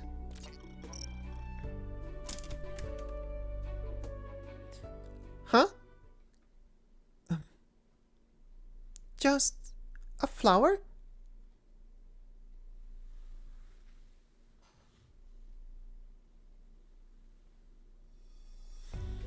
We are currently cross-analyzing the chemical structure of the environmental particles stuck to the specimen box. However, we know very little about the endless ice field, and it may be difficult to determine the missing team's location based on this alone. If no matching data can be found, does that mean that the director pushed the boundaries of human exploration into the ice field? I believe so, which is why this flower is an extremely valuable specimen. In all my time exploring the ice field, I've never seen anything like this. Though I have seen an entire field of flowers underground, the environment down there was pretty unique to be able to support plant growth. But this particular flower... Magallan carefully observes it through the display window of the specimen box. It looks really strange, almost like it isn't a plant at all. The flowers I dug up before had robust root systems to allow them to absorb nutrients from beneath the ice. But where are the roots on this? Someone as careful as the director wouldn't have damaged the specimen during collection. That would significantly reduce its research value. Let's start with basic observations. Given the conditions here, we probably won't get any results right away. To conduct the next phase of research, we'll have to wait until the sample is transported back to HQ and passed on to Ecological for handling. A special messenger will arrive in Chapat shortly. We can leave the in-depth study of the specimen to them. We still need to contact Director Mariam as soon as possible. By the way, Magallan, are you sure you want to head right back out on another track? Your protective gear needs maintenance, and we won't be able to get any spare drones in Sami within 3 days. But I'm worried about the director. Besides, my protective gear is still in good shape. After all, I was only passing through Sami, not heading deep into the ice field. There's really no stopping you.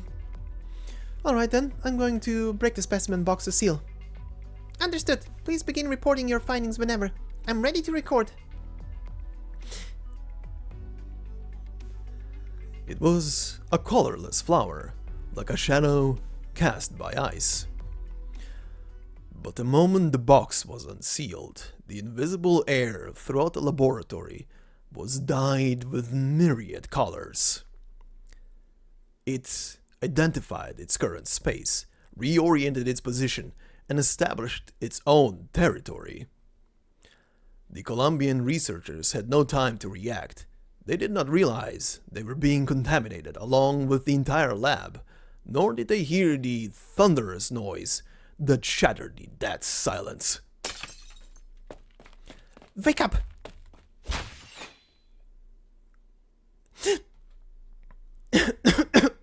What happened? Oh no, the wall. The glass is all shattered too, and who are you?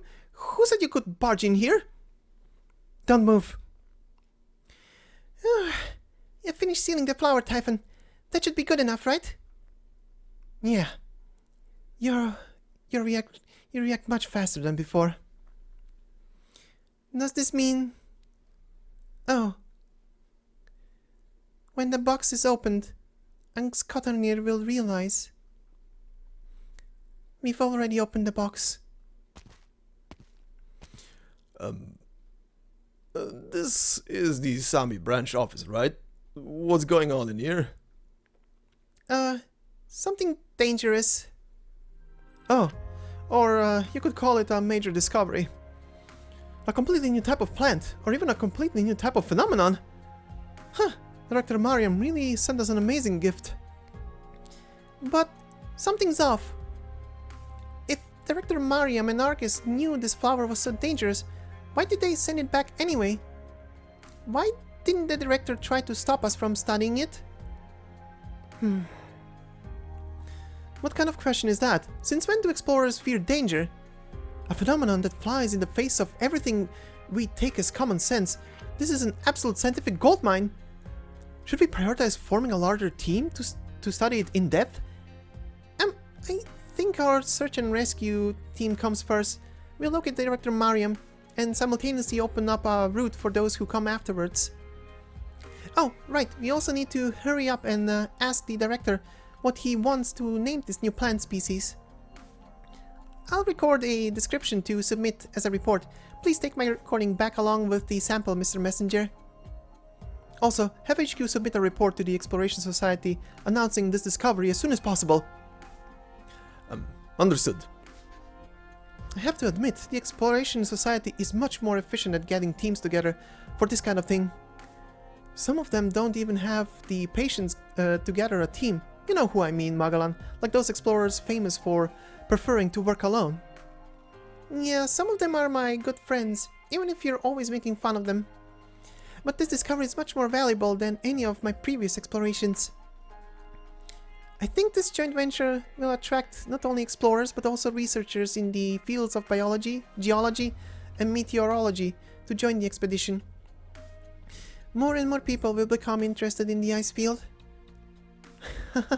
Once we're back from the rescue operation, things might get so busy here we won't even recognize the place. How are you feeling, Magallan?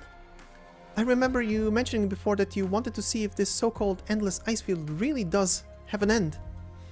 Well, now you're one step closer to your dream. Well, it's hard to say. Before Magallan can join her colleagues in celebration, she feels Typhon tugging on her hand. Huh? You want to talk to me? Outside?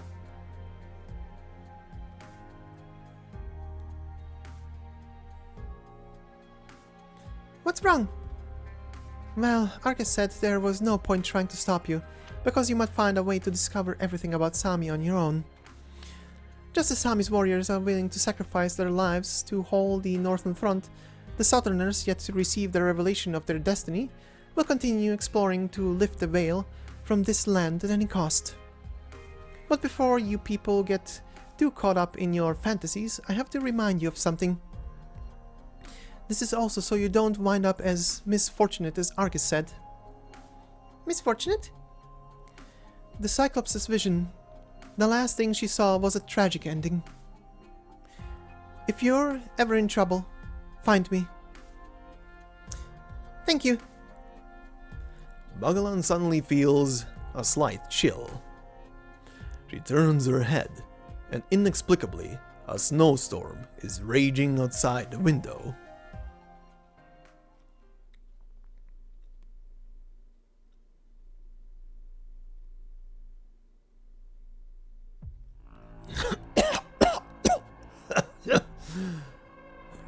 You understand the feeling of pain very well. More than most Sami, who've resigned themselves to it. You understand how to torture someone. You Sami beasts have no shortage of tricks.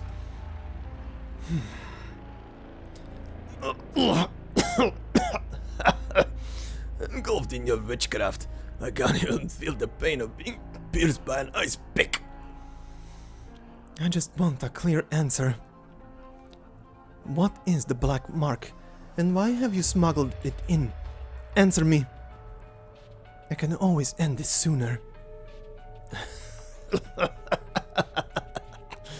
You'll regret this, bitch. Letting me die here will do nothing but make Sami suffer more. Sami does not care about your foolish ambitions. Ambitions? Hardly. I've come here to die, and I'm more than happy to do so. This information will never be sent back to Ursus, and you'll regret it. Speak. The black mark. is a missing member of the Emperor's Royal Guard. I found his footprints, black footprints. His dominion has collapsed. Demons have completely taken him. He will contaminate your land for all of eternity. And nobody alive knows where he is now. You... Let these words linger in your ears before the cold takes away your consciousness forevermore. The Sami know neither fear nor panic.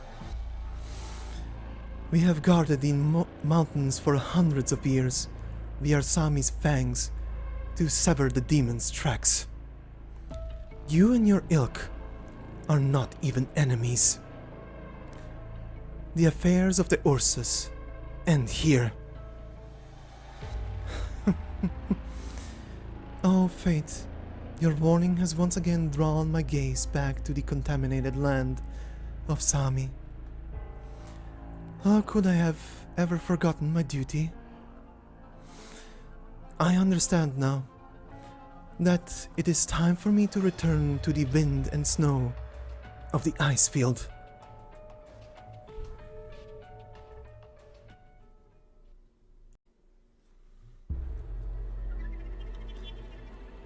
And with that, we are done with the Black Forest Wills a Dream side story. And yes, we did leave up in a very, well, this is not done yet kind of way, as we usually do. But funnily enough, for this one we will not be waiting too long for, at least for certain events that are apparently carrying over out of this story, to see probably how they continue. I'm actually not 100% sure if all of it will continue over, but some of it should at least. Considering that this is, as a reminder, our introductory story to the next mode, or rather the new version of the mode of integrated strategies, number 4, that is going to be introduced into this game just the day after this episode actually goes live, because this is going to be going live on the channel on the 4th of March, and on the 5th, a day later, we're going to be getting IS4, or as it is actually called, and I sure hope I'm pronouncing that one correctly, Operation Joklumarkar. And as always, like with IS3 when it was released in the past, I will be live streaming this, so keep a lookout for the notification on YouTube when it pops up, so you will know when I'm gonna be streaming through it. And just like with IS3, outside of two single facts, the one that I just mentioned, which is that some stuff will be carrying over from this story, and the fact that it is also our sort of bridge towards, you know, a certain place called Talos. I know nothing else. I have no idea what the stories in there are, no idea what we're going to be encountering, and so on and so forth, the different endings, what they're about. So just like with IS3 in the past, this will be completely blind, so join me on that journey, I guess, as I'm gonna be probably stumbling as well over every single bit of Norse or Icelandic or whatever other word they put in there. That's gonna be a fun trip. But anyway, keep a lookout on the channel. The notification will pop up probably on the 5th, and if you're watching this after the 5th, I will be doing live streams until the thing is done, at least all endings are achieved, and certain other things as well from it that are introduced usually over time. Yeah, anyway, keep a lookout for your live streams. And of course, for those of you who do want to watch them in the future, I'll probably, if I do not completely forget, considering that I will be doing other content on IS4 just the same as I did for IS3. If you're watching this far into the future, check the description of the video. If I didn't forget, I will put in not just the playlist for the live playthroughs of IS4, but also playlists for probably the different endings as I did in the past for IS3. So there's gonna be content on the channel. But anyway, before we wrap this up with final thoughts of the story and so on and so forth, as I do usually at the endings of these things, thank you very much for listening. You know, leave a like, Sorry. But yeah, leave a like on the video, it would help me out a lot. And if you're new to the channel and have enjoyed this narration and voice acting through this story and want to see more, pretty much all of the stuff out of the game is currently done outside of one small vignette story that will be done in the future. But yeah, have a look, enjoy some old stories, and if you're new to Arknights, enjoy pretty much everything, I would say. But yeah, anyway, back to this. So then, let's do the usual here, right? So, character-wise. First and foremost, been a while since Magallan was part of anything, I believe. I'm trying to think from the top of my head when the last time was. I remember the last time when I saw anything substantial was her very own operator record. But outside of that, I don't remember where she appeared outside of many, just smaller, like, side appearances. So that was very nice to see her once again. Like I said at the beginning of this narration in part 1, operational intelligence is 4 years ago. So it's been quite a while. And it was very enjoyable, especially seeing her adapt to her environment very quickly, which is just shows how competent she is as an explorer, especially as someone who, for these narrations, you know, has to look up, well, I don't have to, but I do go out of my way to look up how to pronounce words that are not English or whatever, to at least get an idea how they're pronounced. I do have to sympathize here with her, or rather be amazed by her, how she quickly picked up on the Sami tongue and is essentially, even if she's saying stuff in a broken way, is quickly, you know, getting comfortable with the language. Two thumbs up for that. Now, Typhon as our new character was very entertaining, I will not lie. I had obviously no idea going into the story how she's gonna be as a character. I just know that people are raving about her because she is a very good lane holder and so on and so forth, and very, very powerful as a unit. But as a character, I had no idea obviously what she's gonna be like. So this was very fun actually, especially her relationship with Magallan, that was continuously growing as the story also was continuing on. How the two of them became closer the more time was passing and stuff. And who can blame Typhon with the personality of Magallan that is basically just easing people around her and just, you know, super friendly, essentially. But yeah, it was very cute watching the two of them interact throughout the story. And, well, not learning too much about Typhon outside of the fact that her bow is cursed. Essentially, that she herself came in contact with the demons in the north, but didn't get corrupted. Seeing a bit about her, essentially, teacher, Arges, and boy is she tall. Like, I've seen the official art that they recently released and got reminded that this character exists, essentially, that we've already seen her, because I usually stay away from stuff that I don't want to see and get spoiled upon too much, at least. I completely forgot how she looks up until I saw an official art recently that they released on, I think it was Twitter? I don't remember. But damn, she's tall. Holy shit, she's tall. And I think she's also available for free from IS4, if I remember correctly. I need to look it up again to remind myself, but looking forward to seeing what she's capable of. Anyway, Typhon, nice. Santalla. So, together with Magallan, introduced 4 years ago into the game, and as I said at the beginning, finally left NPC jail. Finally, jeez. How much longer are we gonna wait for some other characters?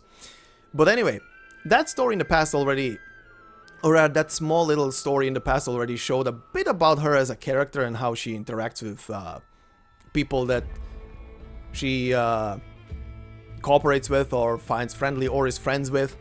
You know, that kind of spiel. But it was interesting to see her here in situations where she is you know, fighting for her own people and protecting them. Seeing the more, for a lack of a better word, savage side to her. Not in the derogatory version of how the Ursus are using it against the Sami, but more of a, for a lack of a better descriptor, I guess. That was interesting, especially that little tiny bit at the end. She does not play around, and yeah, very happy finally having to see her do more stuff than just that old scene where she talks with Magallan. But yeah, anyway, another character, and I've said this in the past, I think, when I was doing something with a story around her. Gitano. Boy, oh boy. Once again, a character that has been with us from the start of the game. A good old character that came from Sami, that had barely any kind of text in her files, and the texts themselves did literally nothing outside telling us that she left Sami and that she has essentially some problems with her, how demanding her powers, her arts powers are, and we've got a reminder in this story as well about that. But 4 and some crunched months later, years, we finally have the story where we get to see where she comes from, that she actually has a brother. Sadly, the brother literally passes away somewhere where we don't even see it in this story, and well, at least we got some background on Gitano finally, I would say. And she was definitely an important figure, as we've already figured in her own village back in the past. As for other characters, our dear boyo here, Oak. I'll say this, pardon. Voicing him was quite fun because he's a bit of a relaxed character, just laid back, feels like he doesn't give a shit, right? But or rather that he just goes with the flow. But seeing him become, you know, the proper shaman that he should essentially become one day. Maybe he will now, who knows? After what he experienced there with the 3 girls and the corruption that he witnessed firsthand. Maybe it will push him to actually consider becoming an actual shaman. But was definitely a fun character to voice.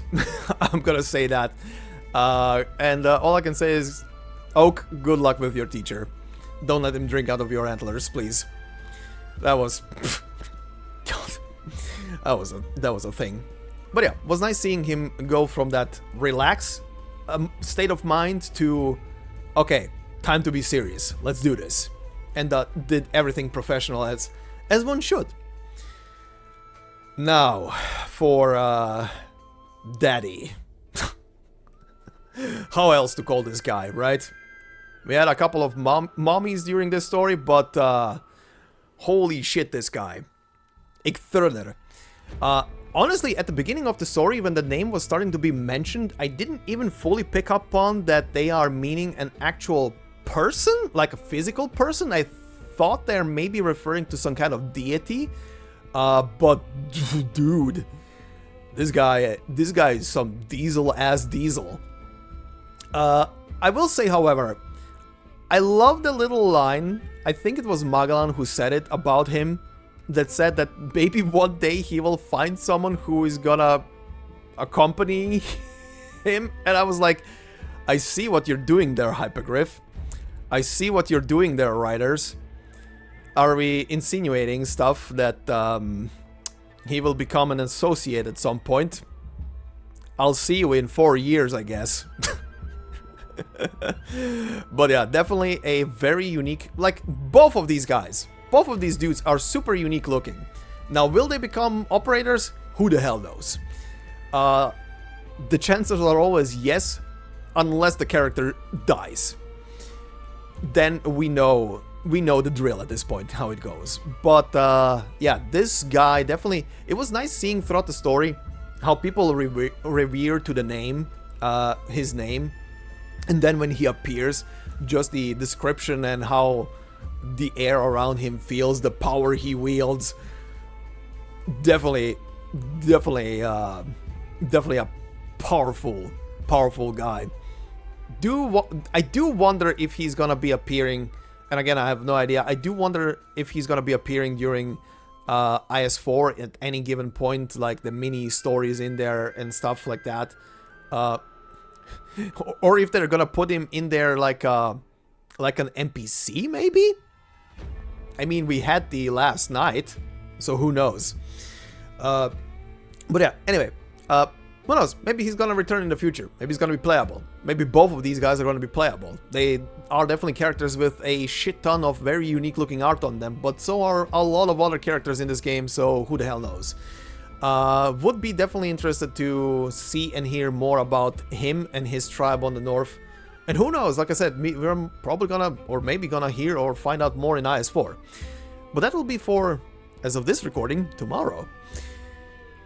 Overall, story was definitely decent, very good.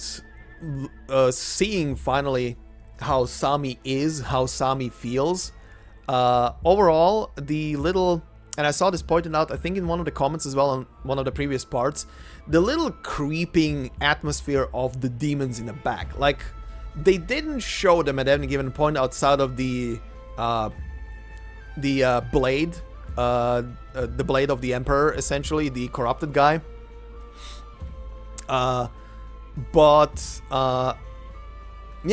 they didn't really show the demons, but we're talking about them, building the atmosphere around them, and just through the story itself and through the people, how they are revering to it and are trying not to be afraid of it, cause apparently that's how it spreads. That is terrifying. That is terrifying. A tiny sheer inkling of terror in your heart, and you're done. But definitely a good atmosphere build up for it. The reveal around the, as you've seen in today's part, around the funeral, when it started amassing and trying to literally grab and kill and devour everything in its sight. Boy, these things are something else, right? Again, another thing that I hope we're gonna see more of in IS4 and how it acts and does things. Especially, I'm very interested in that little flower that was in the end. I wonder if that is also gonna carry into IS4. Once again, looking forward to that, if it will come to it. Other things, all I can say is, I mean, overall, they're pretty much what I expected from when someone tells you that the people and the story around the people in this place are based on, essentially on Vikings, right? Essentially on Norse mythology and Norsemen. And what else are you gonna expect than everything else? I mean, they literally spelled out everything, including naming, or rather dropping, the phrase Allfather. So you know what you're in for when that comes around. But overall, this was very good. I enjoyed my time going through this. Hopefully it's also very audible through. I feel like in certain stories it's more audible if I'm super enjoying the story. With like the voice acting that I'm putting on, but that's one of those things that I hope at least someone is paying attention to, right? But yeah, anyway, this was enjoyable, this was fun, this was interesting, creepy. This is definitely a place I do not want to live in, and I'm gonna go back to joining the fluffy sheep down in Siesta, I guess. There at least the volcano blew up and I can now enjoy my tequila sunrise, I guess. Anyway, thank you very much for listening to this. Like I said, tomorrow after this goes live, I will be streaming live through the IS4 mode that will be added into the game, and hopefully we're gonna learn more. Until then, hope you enjoyed this. Please consider leaving a like on it, like I said earlier. If you're new to the channel, consider subscribing. And if you want to support me and my work more directly, there are memberships available on the channel. And as always, no video will be ever behind a membership. They're literally there just to support me more directly. Thank you very much. Hope you have a fantastic day wherever you are. And I will see you in the next one. Until then, bye bye.